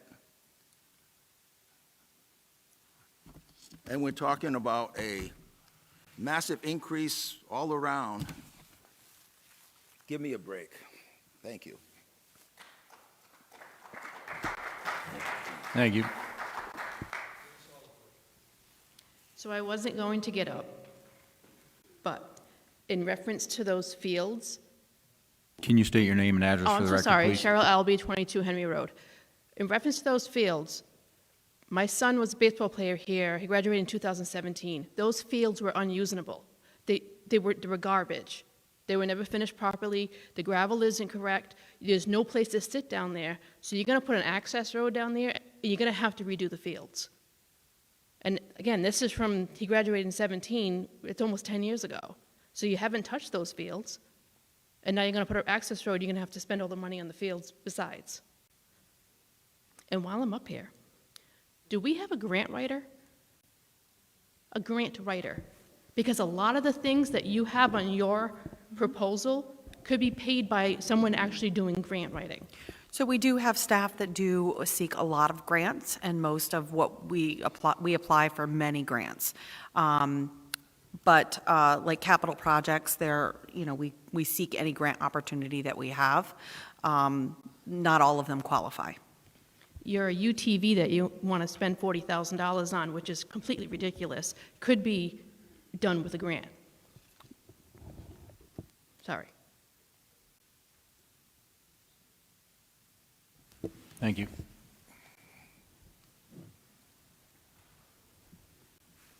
Hi, everybody. My name is Jasmine Davis. I'm at 80 Ventura Drive, Brooklyn, Connecticut. I have 2 children that attend KMS. And just from the school side of it, I just want to thank the Board of Ed for implementing a lot of the programs. I know that my kids, they're 8 and 9, and since COVID happened, I know a lot of kids have gotten behind in schoolwork and trying to catch up. And I think that the math tutor program was amazing. So I'm hoping that that stays around. And also with the school security side of it, I know my kids feel a lot more safer with a security officer at the schools. And I, as a parent, also feel safer, just knowing that with the way that the world is. It's a good peace of mind, knowing that I can send my kids to school and I don't have that fear or anxiety of, something bad happening to them. And I think I'm an independent living advocate, so I understand a lot of people's complaints about the financial aspects of it. But I think that if we don't pass this budget, it's really going to cause a lot more problems down the road and just kind of snowball it. But I think that the school side of it, there's really not too much wiggle room. So I think that it kind of is what it is at this point. But like I said, I do want to thank the Board of Ed for everything that they've done. So thank you. Thank you.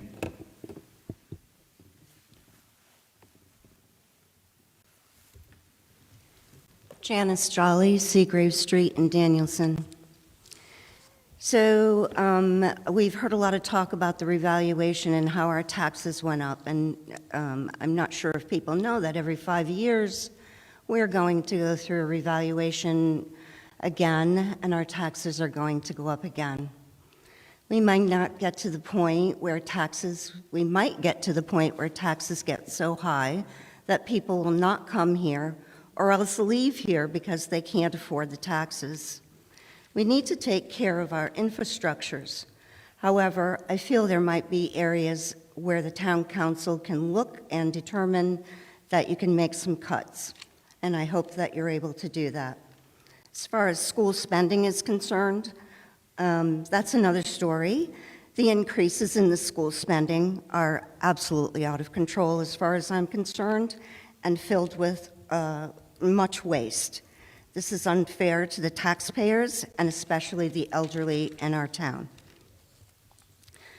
The school budget needs cuts, not to our teachers, but to other areas that appear to be excessive and unfair to our taxpayers, especially the elderly, others who may be struggling financially, taxpayers who need to put something aside for retirement, and young families who want to live here, have a house, and pay fair taxes. The school district has overhired, as Mrs. Nash lets us know, that we're the second largest employing agency next to Frito-Lay. We've overhired an excessive amount of people, and we've got unnecessary workers in the district. They're a burden on the taxpayers, and we can't afford them. So I hope the taxpayers don't accept the school budget, and we have a say. We can say no to this budget, and I hope the taxpayers join me in saying no. Thank you.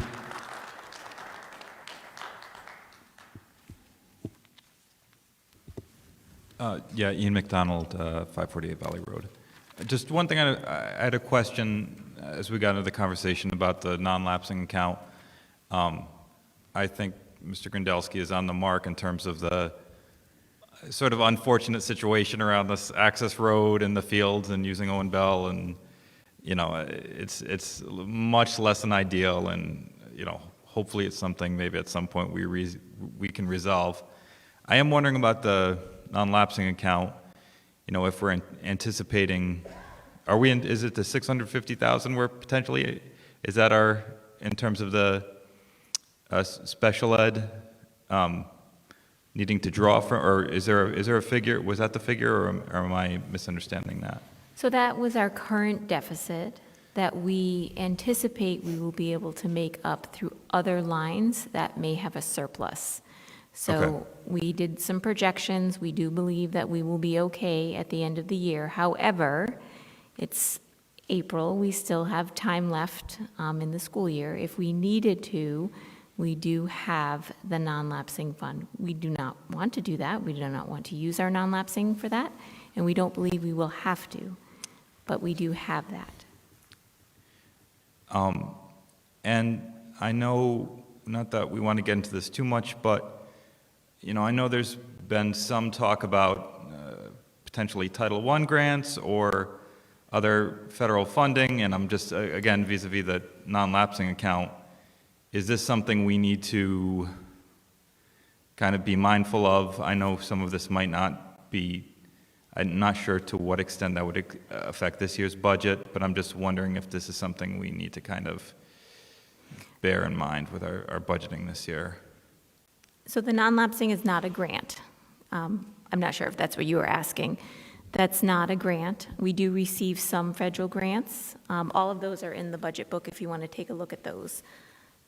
What was your question around that? I'm just saying, are we doing any projection in terms of any reduction in federal, particularly federal funding grants? I mean, for this particular year, and whether any of that would need to be covered with the non-lapsing account. We have not heard that we are losing any of our grant funding, if Okay. that's what you're asking. Okay. Yeah, I mean, I think, just want to be mindful, you know, I mean, it's and I think it's potentially a little sensitive in terms of that. And again, I take, you know, I think that the figures here are challenging, and I do very much see like the increases challenging, particularly coming up on the revaluation. But again, I haven't seen the fat with their school system. The math interventionist also helps students who have helped students who are maybe seeking a little more challenge, and I know as well. So it's that has been a real benefit to one of my as well. So it's yeah, I haven't seen a lot of fat, but I don't see everything, but that's just my own perspective. Thanks again. You're welcome. Thank you.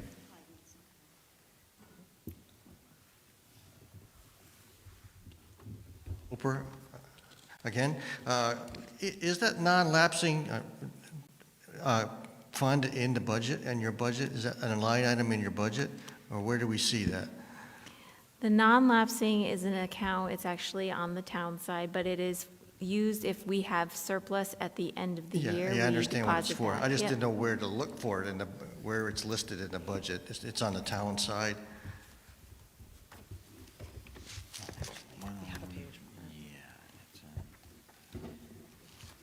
So if you look in the big budget book, Yep. right? We list that fund separately on page F6. So it's really close to the very end, the last pages. F6 has just a little bit of the history on it. Again, this fund is, while it has been housed it's housed as a separate fund. It's not part of the operating budgets. Okay. Do you see that? Yep, I've got it. Thank you. Thank You're you. welcome. And I know, I'm forgetting ready to wrap it up, but again, I just want to say, didn't we learn anything from last year's budget where we had a large increase in taxes and due to the evaluation, and now we're proposing a mill rate again that's even higher, that's really going to slam, again, the seniors again that are on fixed income. And I'm a senior, but I'm not retired yet, but I hope to retire in a couple years and I hope to stay in town. But if the taxes keep going up, and especially with my property, I'm looking at a $1,000 increase again, and I just had to pay my underage on my mortgage because they're, you know, the accumulation of the taxes already that they're planning to put in, that I'm planning to pay for. So it's really going to be hard to stay in town as a senior citizen when my income gets cut because I'm going to be going on, you know, Social Security and my retirement. I won't be able to afford to stay in town. And I have grandkids that go to the school, and they love the schools. My grandson says, "Gramps, I really want to stay at the high school. I want to go to the high school." I would really like for him to stay at the high school, but if the taxes keep going up, I don't know what we're going to do. So I just want to say good luck trying to get the budget to go through as it is. Especially if we didn't learn anything from last year, it's going to take a few rounds this year to get the budget passed. Thank you. Thank you.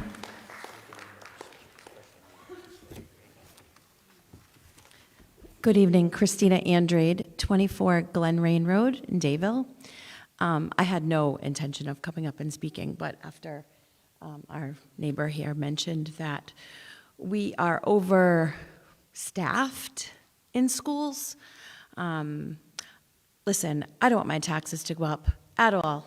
My mortgage went up $100 last year. It's the last thing I want to see is another $100 on my mortgage. However, I'm in the school every single day. I'm a math tutor. I work with our students. Last year, I worked with our students 5 days a week. I was part of the team that we saw the growth with. This year, I work with our students 3 days a week because of some cuts. I'll have you know, as much as I love this position, last year when I worked with my students 5 days a week, I saw growth, a lot more growth. I'm afraid to see what we're going to see the end of this year, losing 2 days across the board. So all of our tutors this year now work 3 days instead of 5 days. Meanwhile, the budget did go up. So I'm here to say that we don't have enough staff in our schools. We don't have enough staff for the fat that Mr. McDonald is looking for in his boys. We don't have enough staff. So do we want our taxes to go up? Absolutely not. I'm the last person that wants to pay any more money in my mortgage. But as a teacher and as a parent in this district, I know the importance of what our education budget needs to look like. And to cut it because you don't think we have enough staff is the most absurd thing I've ever heard. So have a good night. Thank you. I'm Kelly McClellan. You know, I agree. There's no doubt about it that everybody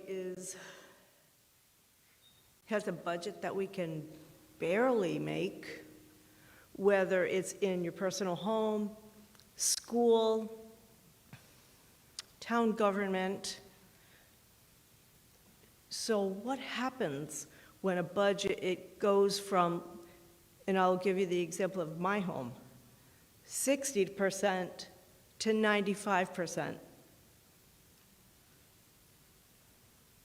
What are we supposed to do? I'm a granddaughter of people of the Depression. They had nothing, obviously. We always had a garden. We always made something out of nothing. Is this the same? I don't mean to be rude, but when I hear about an access road not being finished, I used to work for KB. And you don't want to be down on a road you can't get your truck in or your ambulance into to somebody who's in cardiac arrest. So for me, when I think about adding on this new expense of our term, and this may be incorrect, of the behavior kids, it's too soon. If I were only to look at the math, because unfinished projects at my house that I have, let's say, paid, saved 2/3 of the money, they don't get paid until I have 100% of the money. That's it. We're frugal to the nth degree, and we do not make a large income. My husband and I would be absolutely hit so hard that if the mill rate was passed, we'd have to sell our house and leave town. We can't live here. We literally can't afford to live here. And we have no debt. We have no debt because we're so frugal. But it would increase us to 95% of our income. So I kind of think things are out of order. I never think that schools have enough staff. I've worked with behavior kids in the Killingly system. There was never enough. And behavior kids are hard. That's hard work. At the end of the day, I'd go home and tell my daughters, I can't be your mommy for half an hour. It's hard work. But everything has to be because the math works. The math has to work. The money has to be there, and the jobs need to get done. I thought about talking about it a little bit this evening, about that access road, and it costs so much money, I just can't even believe it. But to have an unfinished project that still needs money, and then start a brand-new project, the math for me isn't there.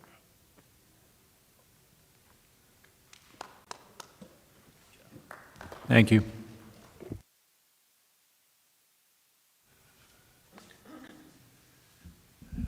First, Dave Canoyer again.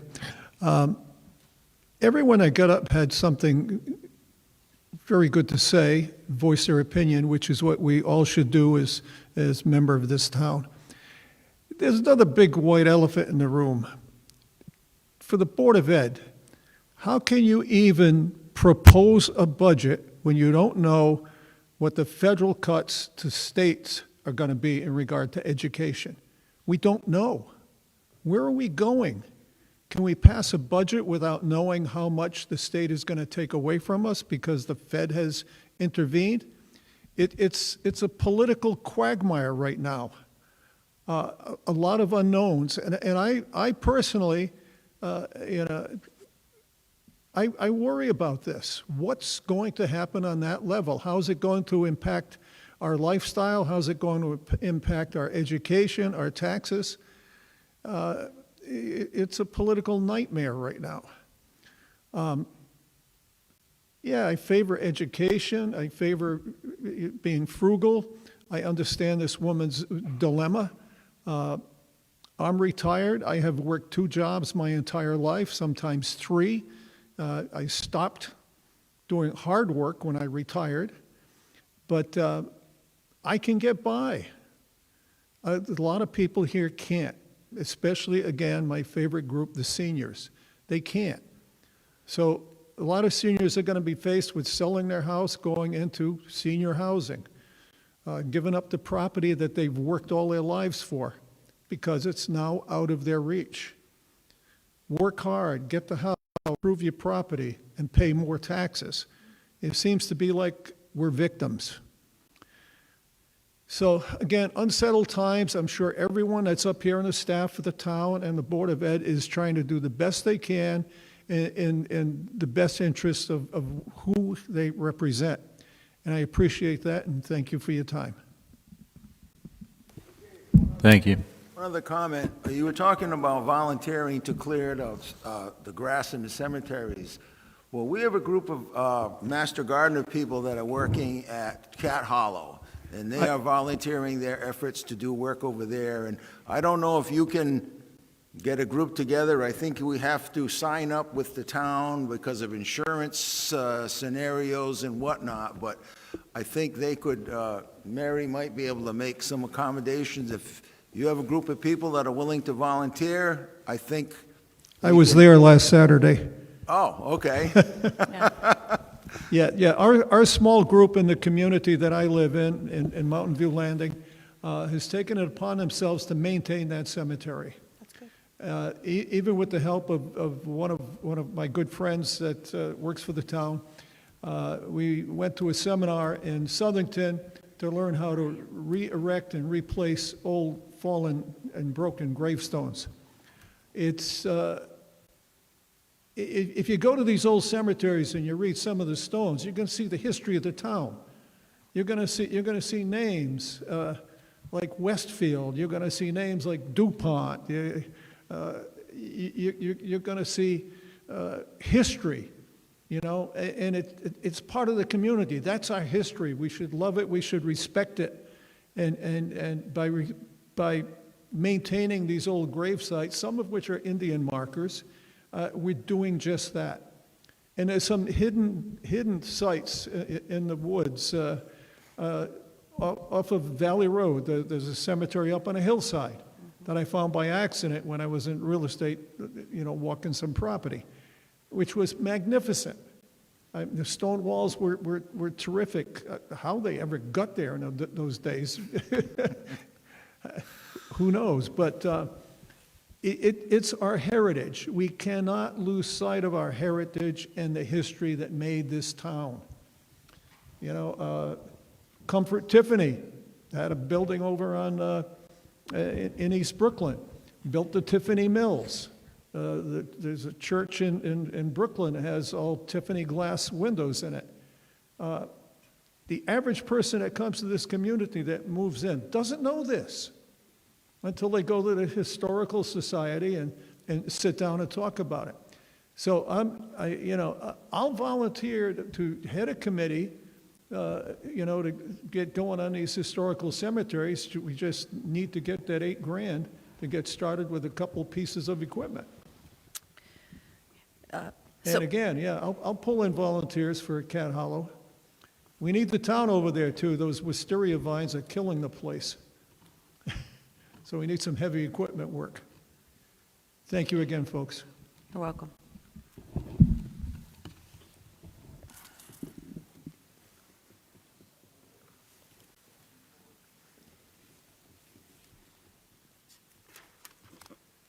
How you doing? Don Crabtree, 872 Upper Maple Street, Dayville. I hate getting up in front of people, so just bear with me.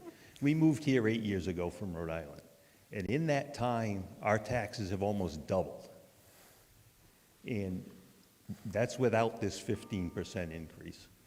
Everybody here can probably look and say, okay, 3%, yeah, we can deal with that. Everything goes up. But 15, this is a little ridiculous. And I was one of the lucky ones that we owned one of those fancy raised ranches last year that got hit real hard. Now, in that 8 years, I have not received a pay increase at all. And am I right? I watch all the town meetings. Am I right that all the city employees got 3%? No, there was 2 union contracts. Well, there were 2 contracts. 2 union contracts, yep. All right, 2 contracts got 3% each year for the next 3 years, for everybody that doesn't know. I was a paid fireman for 35 years. There were years where we didn't get anything because things were bad. It's time for everybody to step up. Employees, everybody. Because I'm not making any more money. And I'm sorry. But that's it. Thank you. Thank you.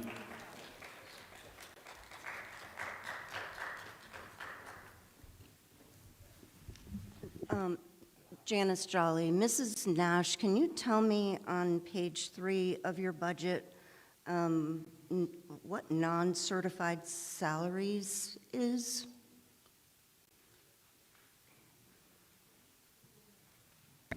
In our budget book you're looking at? Yes. All right. 5120, non-certified salaries. What is that? Yep, so certified staff are teachers, non-certified staff would be more like paraprofessionals. Excuse me, so there's a paraprofessionals. separate line here for paraprofessionals, so you have them separated into 2 non-certified salaries and then paraprofessionals, 5122, 2 down from that. Sorry, So- I'm sorry, can you so say that one more time? paraprofessionals are there twice? I don't understand the distinction between the 2. The non-certified salaries would be those that are non-bargaining unit employees. Those would be those. I can't hear you. They are those that are not certified and not in a bargaining unit. So these would be things like security monitors, they could be the attendance coordinator, some of the positions that are not in a bargaining unit on one of Okay. the other line items. Thank you. And then, Mrs. Nash, under the 25-26 budget, could you read the figure for the paraprofessionals, please? Christy. Are you on page 3 you're still? Yes. Yep. The paraeducators for the 25-26 request. Can you read that figure, please? Which line is that you're looking at? 5122, paraeducators. your Okay, anticipated paraeducators, so request. you're looking for the difference? No, I'm looking for the figure. Sure. 2,367,125. 2,367,120. I can't read that number. Can you read it for me? The number I just read, Yeah, I didn't hear it. 2.3 million, that one? Oh, is that what it says? 2.3 million. Okay, thank you.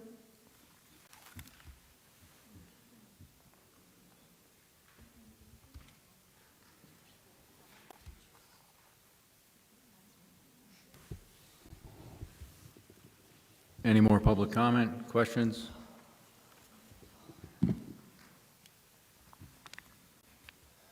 Again, Al Soper, directed to Dr. Nash. On those lines that this woman was mentioning, why is there such a large increase in differences between last year and this year? For which line? For either the professional, like 5330, there's a 195% increase. The contract maintenance services, well, that's 20%, I can understand that. And where did that other line go? Did you say 5130? I'm sorry, I couldn't hear that. Yep, 5330. I lost my line. Sorry. The 16% for 5120, 5122, 8.45% increase over last year. Are those for additional? I'm sorry, what page are you on? I'm on, it says page 3, but I don't know if that's page 3 of my Adobe Acrobat or page 3 of your.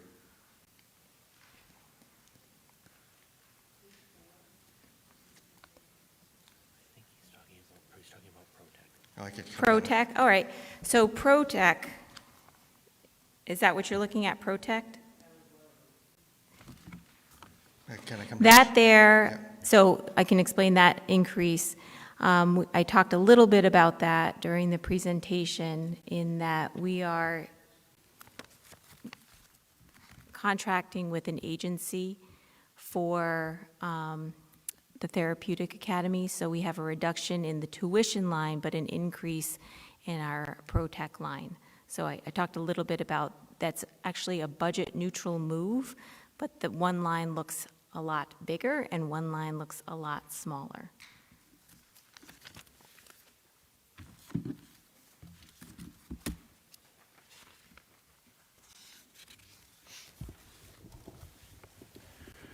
I just have a question. Jason Anderson, 125 Lake Road, and this is for the superintendent.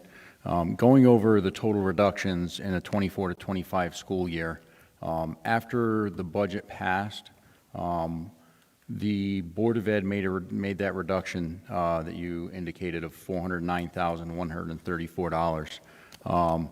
Correct me if I'm wrong, but if they hadn't made that reduction in special education, you would still be running a projected deficit of $242,000. You can look at it that way, yes, absolutely. You could, I mean, if you wanted to match it up exactly, there's always students that move in and out of district, so it's a little grayer than that. That's a little bit black and white perspective, but you could look at it that way, sure. So if the Board of Ed had found other areas to make reductions, rather than deducting $409,000 from special education, you likely wouldn't be running as much of a deficit as you are now, correct? If we didn't make those reductions, you said? Yes, if you found That's correct, reductions in yep. other places. Thank you.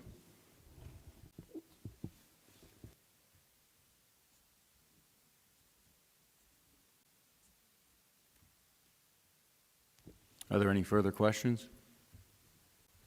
Any further comments? Seeing none, on behalf of the Council and Board of Education, we want to thank you all for coming and attending. Your participation in this is truly important. We need feedback so we know how to go forward. Thank you again for coming, and at this time, we will adjourn this public hearing.